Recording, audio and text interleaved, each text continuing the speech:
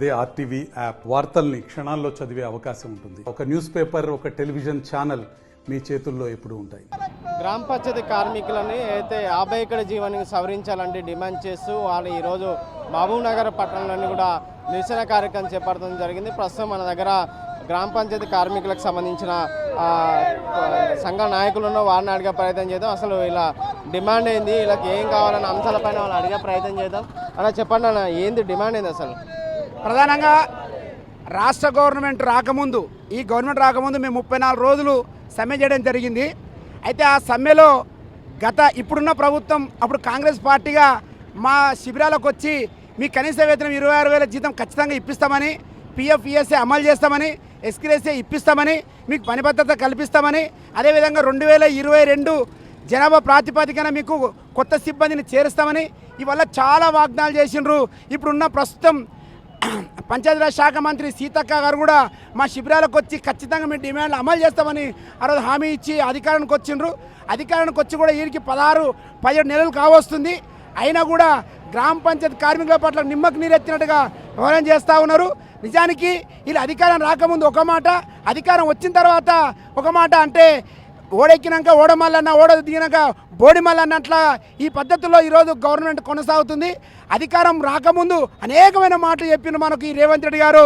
ఇప్పటినే చూడండి, అరిచేతిలో వైకుంఠం చూపిస్తున్నా, స్వర్గం చూపిస్తున్నా ఆ రోజు మాట్లాడిండు. నిజంగా నమ్మడం జరిగింది.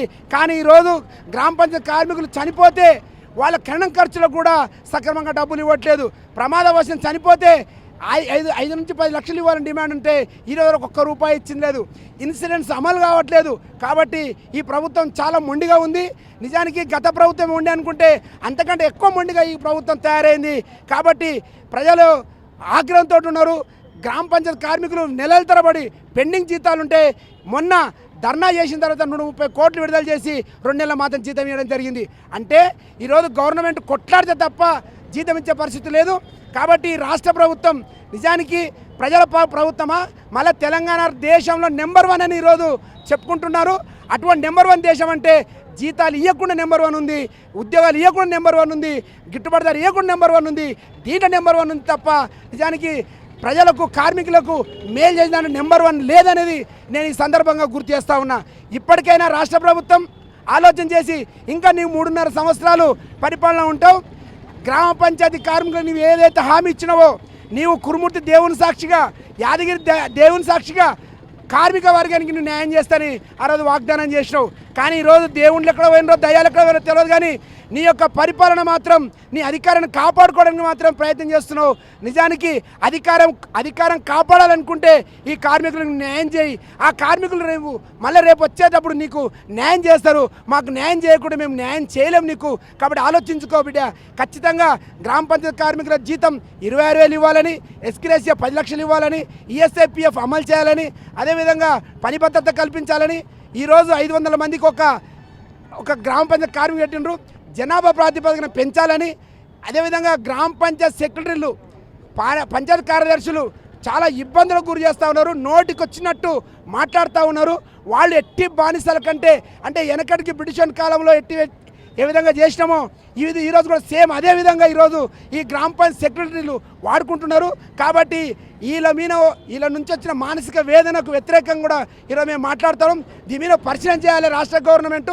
గ్రామ పంచాయతీ కార్యక్రమం జరుగుతున్న మానసిక ఒత్తిడికి వ్యతిరేకంగా కూడా ఈరోజు మేము ఈ యొక్క ప్రోగ్రాంలో ఉన్నాం. ఆత్మగౌరవంతో బతకాలని మేము ఇది సిద్ధమైనాం.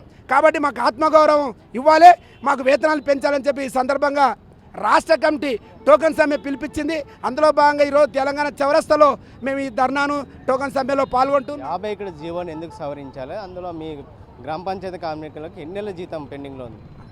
50 ఎకరాల జీవో ఎందుకు సవరించాలంటే మల్టీపర్పస్ విధానం పెట్టిండ్రు. అంటే కరెంట్ వేసేటోడు మోరు తీయాలంట, మోరు తీసేటోడు కరెంట్ వేయాలి. ట్రాక్టర్ నడపని ఇంకే రానోడు మోరు తీయాలి, అదే ట్రాక్టర్ నడిపి వచ్చినోడు మోరు తీయాలి, మోరు తీసేటోడు కూడా ట్రాక్టర్ నడపాలి. అంటే టెక్నికల్ సమస్యలు ఉంటాయి. కాబట్టి ఏ జాబు ఎవరు ఏ పని చేసి అదే ఇవ్వడం కరెక్ట్. అట్లా కాకుండా మల్టీపర్పస్ విధానాన్ని 50 ఎకరాలు తీసుకొచ్చి అందరికి గందరగోళం సృష్టించారు. కావున ఈ గందరగోళాన్ని సృష్టించింది కాబట్టి గందరగోళానికి వ్యతిరేకంగా మల్టీపర్పస్ విధానం రద్దు చేయమని మాట్లాడుతున్నాం. అదేవిధంగా పెండింగ్ వేతనాలు గత నవంబర్, అక్టోబర్లో ఈ కుబేర్లో జీతాలు పడ్డాయి. ఇది అంత ఆగిపోయింది. దాంట్లో జీతాలు పెండింగ్ ఉన్నాయి. అదేవిధంగా మొన్న మార్చు అంతకంటే ముందు జనవరి నెల మొత్తం 4 నెలల జీతాలు పెండింగ్ ఉన్నాయి. ఈ జీతాలు కూడా ఈ రోజు వరకు ఇవ్వలేదు.